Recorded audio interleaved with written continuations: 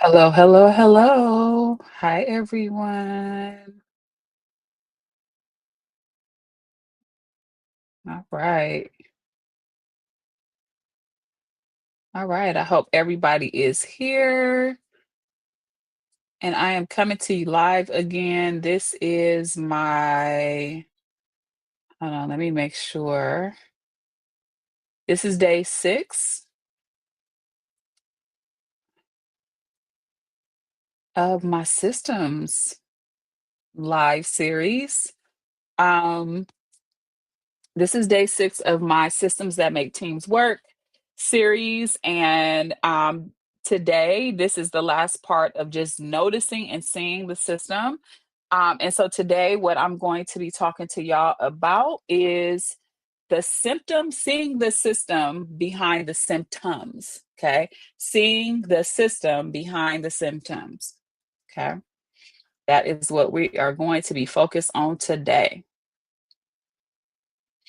All right, so here's what for the first of all, for those who don't know me, I am Tashina and I'm a leadership and team coach. And I help teams navigate tension, improve collaboration, and get shit done without the drama. And I am just sitting here. I have my notes. I got my handy dandy iPad. Y'all, I broke my um I think I broke my microphone. So I got to figure out how to get a new one. But I think I broke my microphone. And so I'm very disappointed because of that.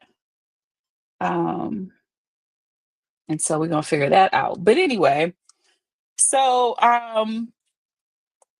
I like to call myself like a team healer and that I help heal teams from some of the trauma that they have, whether it's like an old boss or it's a person or procedure or just something in the system in teams and organizations that they need healing from, right? Because what I'm finding is a lot of the teams that I work from, it's not that they're bad people or bad actors, but our systems really just don't meet us where we are, and it doesn't really set us up well for success, especially if you're an organization that's very like a nonprofit, very forward thinking. If you are working with many people of color or people from different backgrounds that are considered the minority, our systems are just not set up well for us all the time to be the best that we can be.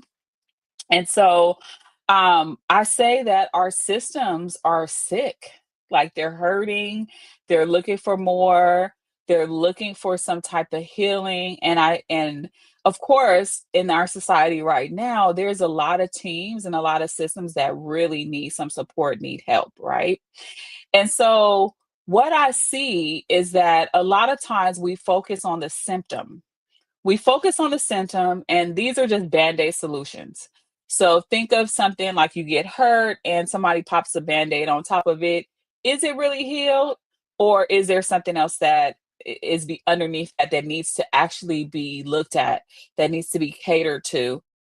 And we don't look at the real issue. We don't look at what is the real issue behind the symptom that we see, right? And if we think about the iceberg model, I always love this analogy of like what's above the waterline in the iceberg, you can see. You can say, oh, yeah, that's the issue. Or we always say that that's the issue. That's the thing that we need to work on. But we don't necessarily know all the time what's happening beneath the surface. And that is the thing that needs to be looked at. That is the thing that we need to kind of explore and create solutions for. And so, what typically happens is we focus on people. We say, oh, that person is not a good fit, and I'm going to talk about more about not a good fit, but that's something that I've noticed is like that good fit word. I think that's the easy way out to say somebody shouldn't be in your organization because maybe they are not doing things like you. Maybe they have a different way of leading, and we just initially say, that person's not a good fit. And that's such a like an easy way out, because what about all the other stuff that makes that person who they are? If you've been here around for some of my other lives, you'll know that sometimes the system is the problem. And systems shape behavior. We don't shape the system. If the system is set up a certain way, we will behave a certain way. And I gave the example of somebody who it starts in an organization where it's a collective organization, people get rewarded collectively, and then they move to another organization and they only get rewarded based on like incentives or based on commission. There's going to be a different behavior that comes from that. And so it's something that we need to start to look at is like, is this a symptom problem or is this a system problem?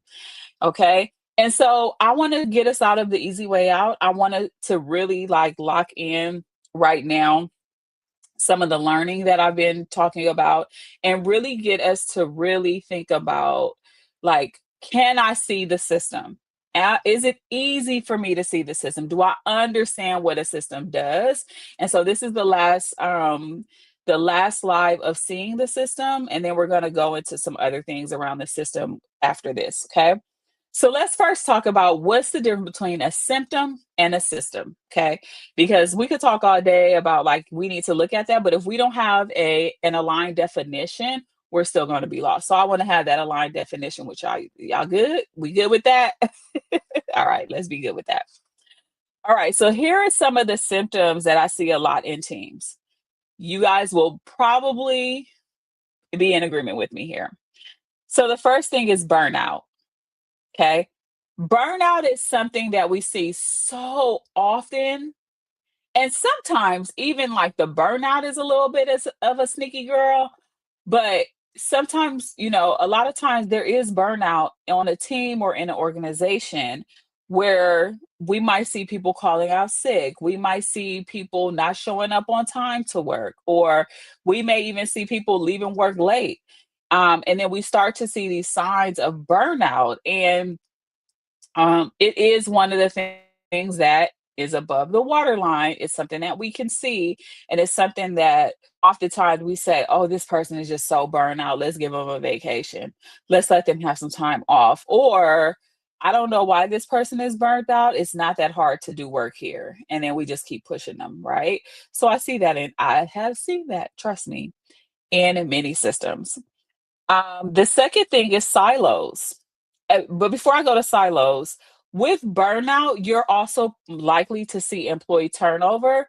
So if you're seeing either burnout or employee turnover, there is a possibility that there is something going on. This is a symptom of something bigger. Okay. And so we want to look there. Are we having a lot of employee turnover? And it's not we're not trying to just add like the hype me up moments, like hype me up, hype me up. We're not trying to add that, but we are trying to look at like what really is the cause and how do we shape our system's behavior.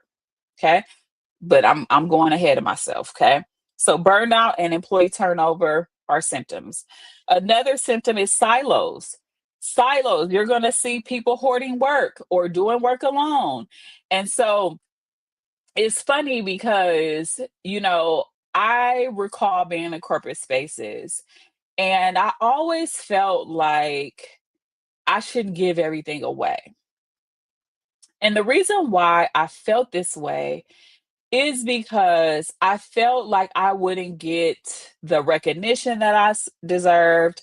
I wouldn't be attributed to that idea. And so a lot of times, like I held back from speaking about the things that happened or the things that I was thinking because I was afraid of not being having the visibility that I needed or being given what was deserved of me, the promotion, the raise, or even the leadership role for having had that idea.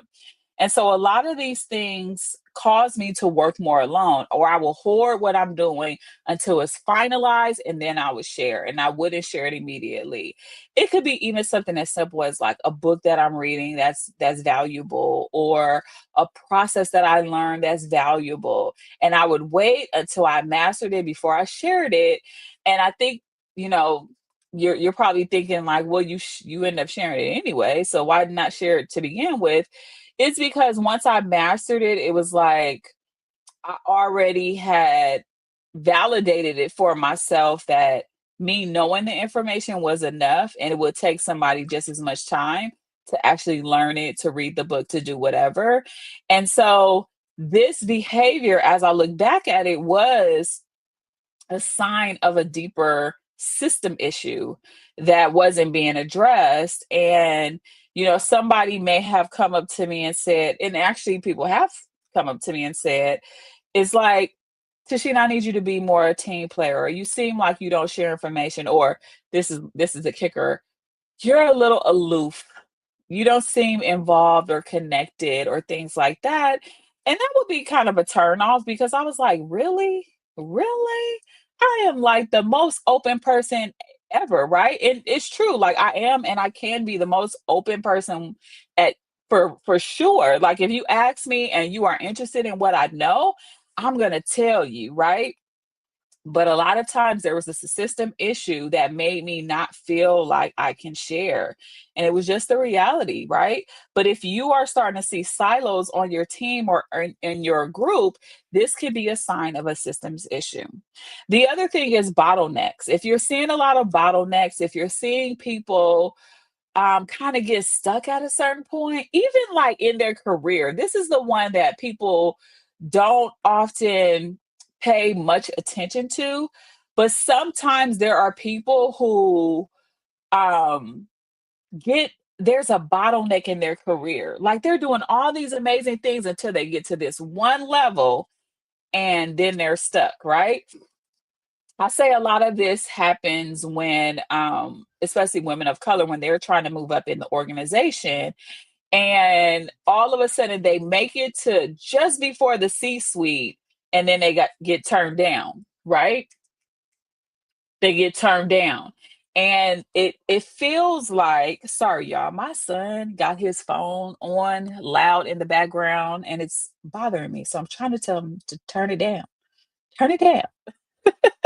But what I see in a lot of groups or a lot of women of color, especially Black women in their careers, is they get right before the C suite and then it's kind of like, that's it, they can't move any further. And we could all day argue that maybe there's more work they need to do, maybe more lessons they need to learn, maybe more, they need to work with more people, they need to have more people kind of vouching for them. And that is something that I've been told, not even like right next to the C-suite, but I've been told in different places and points in my career. And that's just not true. Sometimes, y'all, the system isn't designed for me to succeed, right? The system just isn't designed for me to succeed. And so that is something that definitely is something that we want to like just take notice of, and we want to know like bottlenecks come in many different forms. It's not always just decision making, it's not always just in the workflow, sometimes it's in people's career, and that could be a sign of there's something wrong with the system. And then the last one is duplication of work. You doing the work, I'm doing the work, we doing the work. I done spent all my time overnight, late nights, early mornings, leaving my kids early, not being able to pick them up on time. And I'm doing all this work, and there's a duplication of work. There's something happening, we're all doing it. And so that too is a sign, that is a symptom of something deeper that's happening. Okay.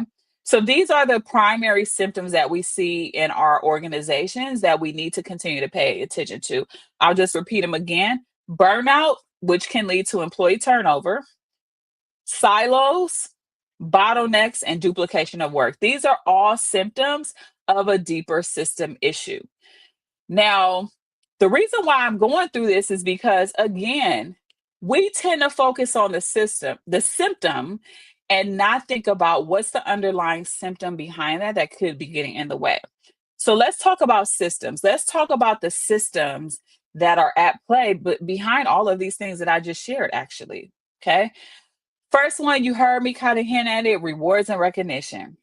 Y'all, I would have did much better with sharing the information that I had and what I knew. I am a learner by nature. It is my number one on the Strengths Finder. And I would have been more open to sharing that information had I been rewarded and recognized for what I knew, for the ideas that I brought to the table, for the things that I did, right? I would have did that. But because the system of rewards and recognition was not kind of like in order and there wasn't a good process, it led to me hoarding information. It led to the silo symptom of the system of rewards and recognition. The other system that I see is decision making system. So we have a decision making system and it needs to go through 50 million people before the thing gets signed off. Y'all, I don't know why we democratize our organizations. And I'm just going to sit here for a minute and just go on a tangent. I remember starting an organization and we needed to vote on everything. And I used to be like, yo, why are we voting on everything? Like, we just can't have somebody make the decision. Why I got to talk to A, B, and C to get X, Y, and Z approved? Like, can somebody just be the decision maker and we move forward? But that didn't happen. There was a vote that caused bottlenecks, that was wasted time, that was more energy that it took for me to get things done. And so we have to always be mindful that our decision making process, our decision making system can be leading to things like bottlenecks, like duplication of work, because now I'm waiting on something and somebody notices that is a problem, it's a gap, it's something that needs to be solved. And so if that's happening in the system, well, there's a problem here. There's a problem, right? There must be a problem and it could be decision making. The third thing is goal setting, the way we do goals. Sometimes I was talking about this, I think maybe yesterday's live, and I was saying how we go straight I'm gonna say we go straight for the jugular. I'm gonna use that. We go straight for the jugular and was like, okay, what we gonna do? Let's all hands on deck. We just gonna get to work. And we don't stop to ask, what is this in service of? Even the most pressing jobs that you need to react quickly has an overarching goal. So if there is a fire and there's a bunch of firemen that come to the fire, we know that the ultimate goal is to put out the fire. However, when we get in organizations, we have one person making a Google Doc on a process. The other person is making an Airtable doc. The other person is using Notion. The other person is going through Slack. The other person is making a survey, all for the same thing. Like, so now we have people doing all these tasks because they said, these are the things I'm going to do. I'm going to, y'all know how y'all do y'all goals. Sometimes I'm looking and it's like, okay, I'm gonna make a survey within the next 30 days to figure this out. And it's because we lack a process for transparency. And so our setting is flawed. Again, the system. And I guess I could put transparency could also be both a system and a symptom of something happening. The next thing is prioritization practices. How do we prioritize? How do we put things in order? What the best thing about prioritization is it's going to tell me what to say no to. And if it's not telling me what to say no to, then I'm not really prioritizing. To be honest, like if I really wanted to dig deep on prioritization, which I'm not going to really get into today, but you really are only supposed to have one priority. And that's why focusing on an outcome is your priority. How you do it could be different, it could be varied. But once you have that one way to do it, or that one priority on your plate, stick with it. So if there is a fire and a bunch of firefighters are coming to put the fire down, their priority is, their outcome is put the fire out. How we get there, I might just go from the street with the hose. I might climb up a ladder to get to the hose. I may go through the building and go up the stairs to get. Y'all watch Chicago Fire? That's like one of my favorite shows. And on Chicago Fire, they're like coming from everywhere, but they all have the one priority. Let's get the fire to be small. Let's get the fire to be out. That is the goal. And so sometimes our prioritization practices that goes along with our goal setting is just flawed. And it's the system, the prioritization system, the goal setting system that is a problem. And when those are not right, what do you have?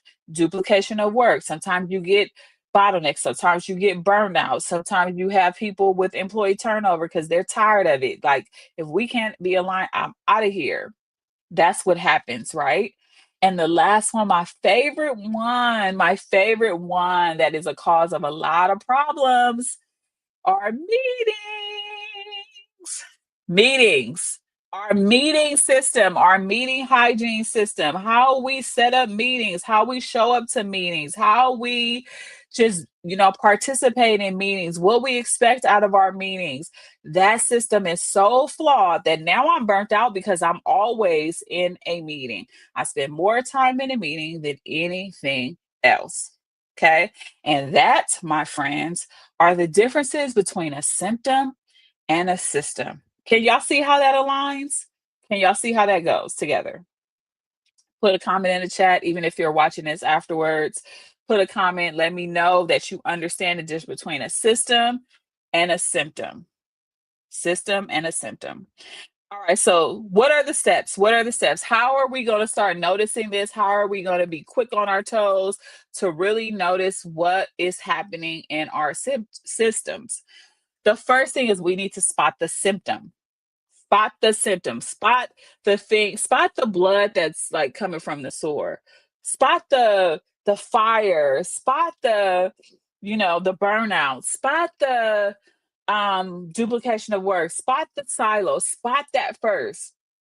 If you can spot that, now you have a place to focus. Now you have a place to look towards and say, this is what I'm going to work with. Okay. So spot that and know that.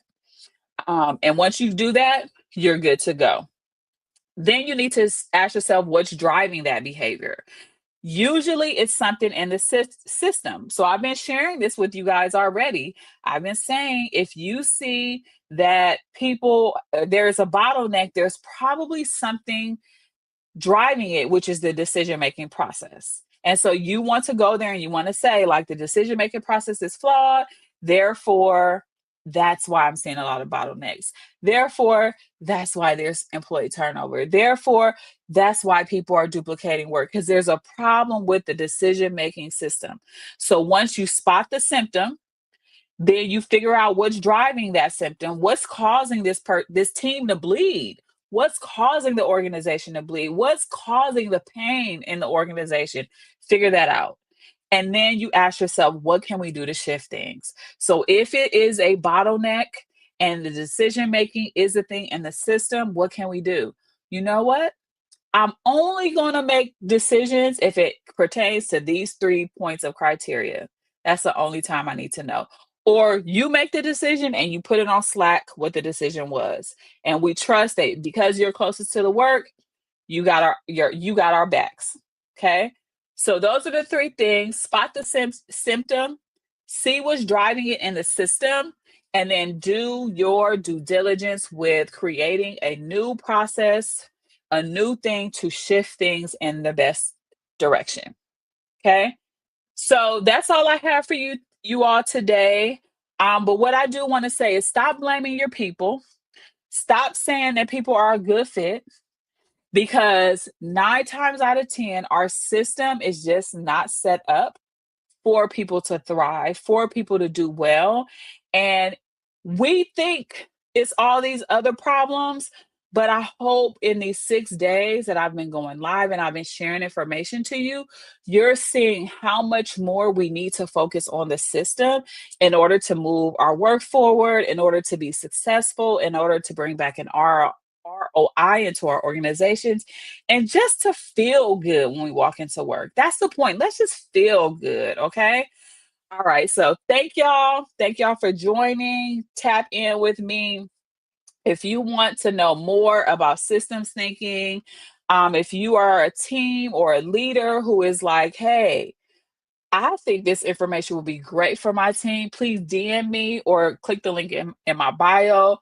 I'm on LinkedIn, Instagram, and YouTube right now. So click the link in my bio or send me a comment or a DM and let me know.